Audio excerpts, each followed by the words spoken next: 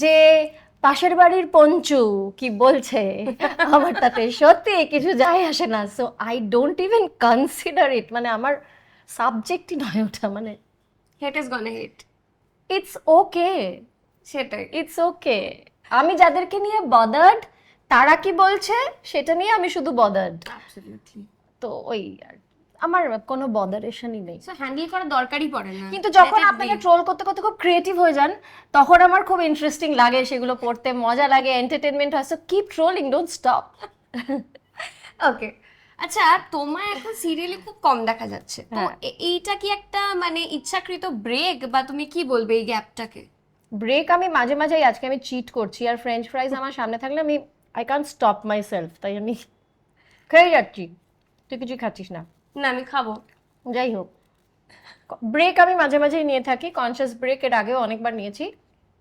তবে এই মুহূর্তে আমি যে একটা খুব ব্রেকে আছি কাজ থেকে তা নয়, আমি অন্য অন্য অনেক কাজ করছি, ওকে। যেরকম ছবি করছি, ওয়েব করছি, যেগুলোতে আমার যে সময়টা চলে যাচ্ছে তাতে আমি যদি লম্বা একটা কমিটমেন্টে ঢুকি টেলিভিশনের যেটা হয়, সেটা হলে আমি এক্ষুনি সময়টা ম্যানেজ করতে পারবো না। It is just because of that, অন্য স্বাদ একটু, I am just changing my palate a little. Television তো আছেই এবং থাকবে এবং খুব শিগগির আবার করব, সো ইটস জাস্ট দ্যাট। খুব ইন্টারেস্টিং কয়েকটা কাজ করছি যেগুলো এই বছরই মোস্ট প্রবাবলি সবকটাই release. Okay, so upcoming projects নিয়ে কিছু একটু বলো, আমরা খুব জানতে চাই কি আসছে আমাদের কাছে। প্রথমত তো জমালয় জীবন্ত ভানু, যেটা নিয়ে সবাই, আপনারাও সবাই বোধহয় খুবই অপেক্ষায় রয়েছেন। সেখানে ভানু ব্যানার্জির স্ত্রীর চরিত্রটি আমি করেছি, তো ওটার জন্য আমি অপেক্ষায় আছি, ওটা এই বছরই রিলিজ হওয়ার কথা।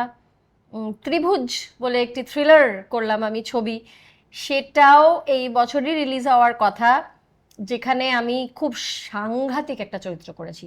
যেহেতু থ্রিলার বলা যাবে না কিছুই, কিন্তু Suspense. সাংঘাতিক, হ্যাঁ খুবই সাংঘাতিক।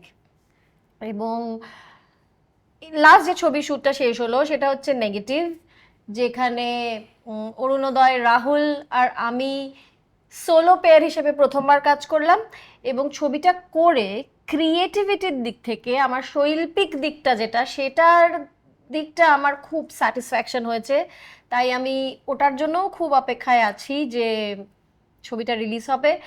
আর আমার এই তিনটে ছবির মধ্যে একটি ছবিতে ইমন একটি গান গেয়েছে, যে গানটা নিয়ে আমরা খুব এক্সাইটেড, যে গানটা দর্শক ভীষণ ভালোভাবে নেবে, ভীষণ ইন্টারেস্টিং একটা গান। তো সেই গানটা কবে রিলিজ হবে সেটা নিয়েও আমি খুব এক্সাইটেড।